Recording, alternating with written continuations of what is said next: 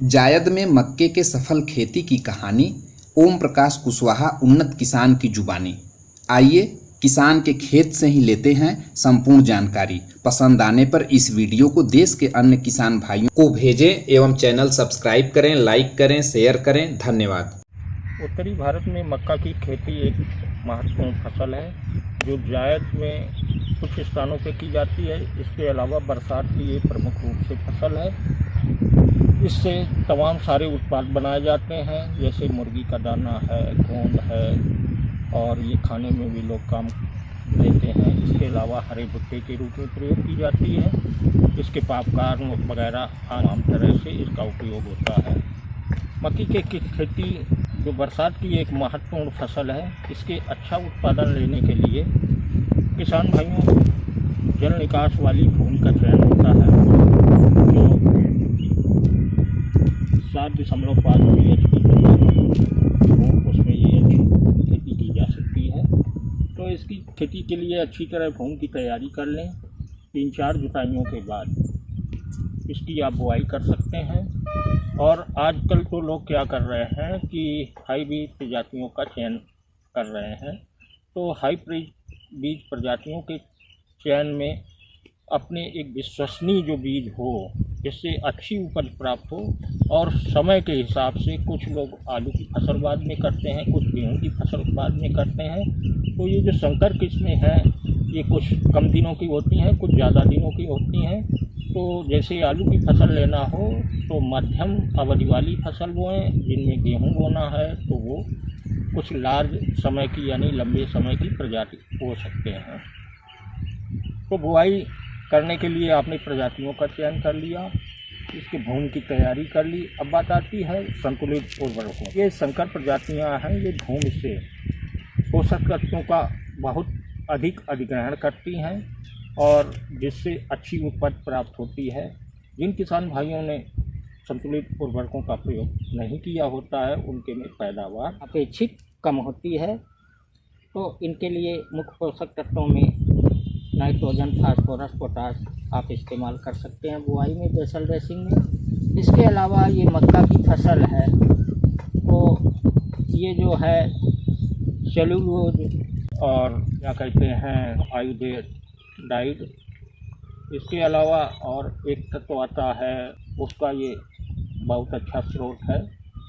तो इसके लिए आप संतुलित उर्वरकों में तो 3 ही तत्व देते हैं, लेकिन कोई भी फसल हो ये कम से कम 16-17 तत्वों की इसको आवश्यकता होती है। यदि आप नहीं दे रहे होते हैं तो फसल को जो है नुकसान होता है। फसल किसी तरह से अपनी भरपाई तो करती है। यदि आप इन सारे पोषक तत्वों को फसल में दे देते हैं तो फसल और अच्छी उत्पादन देती है, और भूमि का जो जैविक और भौतिक संतुलन है वो भी अच्छा रहता है। तो इन सारे पोषक तत्वों के देने के लिए भूम पावर नाम से एक दानेदार खाद आई है और मक्का की फसल में मात्र 2 किलो लगती है।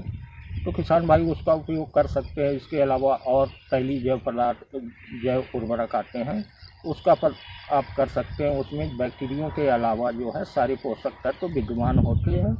जिन किसान भाइयों को ज़रूरत हो वो हमारे कॉन्टेक्ट नंबर से बात कर सकते हैं, हम उनको ये जैव उर्वरक उपलब्ध करा सकते हैं।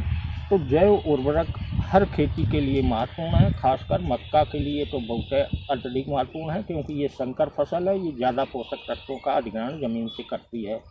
और हम लोग क्या कर रहे हैं कि आज से 40 साल से NPK DAP का उपयोग कर रहे हैं, और भूमि में जो हमारी उर्वरक क्षमता होनी चाहिए वो बहुत घट गई है। तो इसके लिए अब आपको जैव उर्वरकों का प्रयोग नितांत आवश्यक है। तो किसान भाई, आप फसल तो आपने बो दी, सब बीज का चयन कर लिया, खेत की तैयारी सब कर ली, बुआई कर दी। इसके अलावा बात आती है खरपतवार नियंत्रण की। तो किसान भाई बुआई के तुरंत बाद 3.3 लीटर प्रति हेक्टेयर के हिसाब से पेंडामिथलिन आप डाल सकते हैं, बशर्ते फसल का जमाव ना हो। इसके अलावा आप खड़ी फसल में जब ज़मीन में अत्यधिक नमी हो और फसल जम आई हो, उस समय एक्ट्राजीन का प्रयोग कर सकते हैं। और इस तरह आप खरपतवार का नियंत्रण करके फसल में अच्छा उत्पादन ले सकते हैं। इसके अलावा सामयिक हिसाब से आप यूरिया की टापरेसी कर सकते हैं, जिससे आपकी फसल का ग्रोथ अच्छा होगा। और ग्रोथ के लिए एक बहुत अच्छा आता है, ग्रो नाम से, ग्रीन प्लैनेट कंपनी का है, उसका आप छिड़काव कर देंगे तो तमाम सारे पोषक तत्व होने की वजह से आपकी फसल बहुत अच्छा ग्रोथ करती है और ये बहुत सस्ता पड़ता है। इसके अलावा फिर जब आपकी फसल तैयार हो गई तो हर फसल में कीट बीमारियों का बहुत ज़्यादा प्रकोप होता है, और ये प्रकोप इस वजह से होता है क्योंकि हम जहरीले रसायनों का प्रयोग कर करके अपने कुछ सजीवों को ख़त्म कर दिए हैं, जो वो प्राकृतिक ढंग से इन कीट बीमारियों का नियंत्रण किया करते थे। तो इस वजह से दिन प्रतिदिन हम आप तो लालसा में पड़े हैं कि अच्छी पैदावार हो, हमारी कीट बीमारियां तुरंत नियंत्रण हो जाए। इसके लिए हर किसान यही सोचता है कि हमारे में कीट ना रहें, और वो इन कीटों की, जो हमारे मित्र कीट हैं, उनकी अनभिज्ञता की वजह से जहरीले कीटनाशकों का प्रयोग करके मित्र कीट और शत्रु कीट सारे के सारे ख़त्म करता है। और क्योंकि मित्र कीट बहुत स्वभाव के या शरीर के कमज़ोर होते हैं, वो ख़त्म हो जाते हैं, लेकिन शत्रु कीट जो है उनके अंदर इनके प्रतिरोधक जहरीले रसायनों की प्रतिरोधक क्षमता उत्पन्न हो जाती है, जिससे ये डेवलप होते रहते हैं। तो किसान भाई, अब कोई भी फसल हो, जैसे ये मक्का की आप फसल देख रहे हैं, इसमें जैव कीटनाशकों का प्रयोग हुआ है, तो आप जैव कीटनाशकों का प्रयोग करके अपने मित्र कीट बचा सकते हैं, फसल का आप कीटों की नियंत्रण कर सकते हैं। तो इन कीटनाशकों के लिए आपको बता दें, इसमें आपको बता दें क्या आता है। जैसे हमारी मक्का की फसल 1-1.5 फुट की होती है, तो तमाम तरह के जो गोब में सुंडियाँ उत्पन्न होती हैं, वो जैसे दूसरी फसलों में फल मक्खी रखती है, वही इसमें अंडे रखती है और उससे सुंडियाँ उत्पन्न हो जाती हैं। तो किसान भाई ये ध्यान रखें कि जैसे ही इन कीटों की संभावना हो, उस समय 15,000 ppm का आप नीम पेस्टिसाइड, जो बाज़ार में एजाडाक्टिन के नाम से आता है, उसका प्रयोग कर सकते हैं। आपको दिखा दें, हमारे पास है जिसका इसमें प्रयोग हुआ है, ये एजाडाक्टिन है और ये 15,000 ppm की बहुत कम मात्रा लगती है इसकी।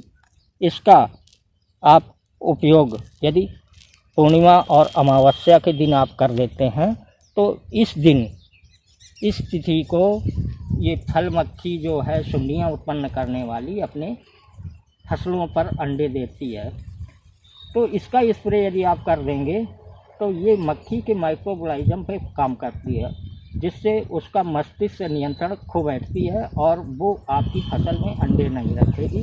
इसके अलावा यदि अंडे रख भी देती है तो ये जो है, इसके अंदर ओडी पॉइजनिंग डिटोरेंट होता है, वो जो है अंडे के भीतर घुस के इसको मार देता है। इस दवा में 60 मारक तत्व ऐसे हैं जो दुनिया के जितने भी कीट हैं उनको ये सब मारने में सक्षम है, और ये मित्र कीटों पे असर नहीं करता है, जैसे मधुमक्खी है, ततैया है, भर्र है। तो ये आपकी फसल को रक्षा करते रहेंगे और हमारे शत्रु कीट जो है नुकसान फसल को पहुंचा रहे हैं, उन पे ये नियंत्रण रखेगा।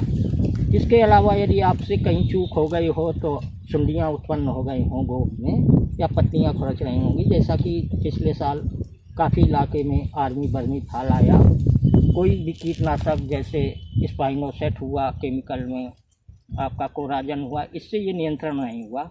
ये ऐसी मारक क्षमता वाली दवाएं हैं जैव कि इनसे तुरंत नियंत्रण होता है। मित्र कीट आर्मी बर्मी फाल इतनी सशक्त सुंडी है कि इन जहरीले कीटनाशकों से वो ख़त्म नहीं होती है। यदि आप इनका, एक और है पेस्टोहिट नाम से ये दवा है, इसका 20 ml इससे प्रति टंकी के हिसाब से आप स्प्रे कर देते हैं, तो ये जो आर्मी बर्मी फाल है ये तुरंत ख़त्म हो जाएगी। इसके अलावा जो और शत्रु कीट हैं वो भी ख़त्म हो जाएंगे और आपकी फसल सुरक्षित होगी। एहतियात के तौर पे आप फसल को देखते रहें और 8-10 दिन के अंतराल पे यदि 2 स्प्रेइंग कर दी तो आपकी फसल सुरक्षित हो जाएगी। मक्के की फसल बहुत अच्छा उत्पादन देगी और इससे आपका मुनाफा अच्छा होगा। यदि हमारी बताई गई के आप ध्यान दें तो आप अच्छा मुनाफा कमा सकते हैं। धन्यवाद।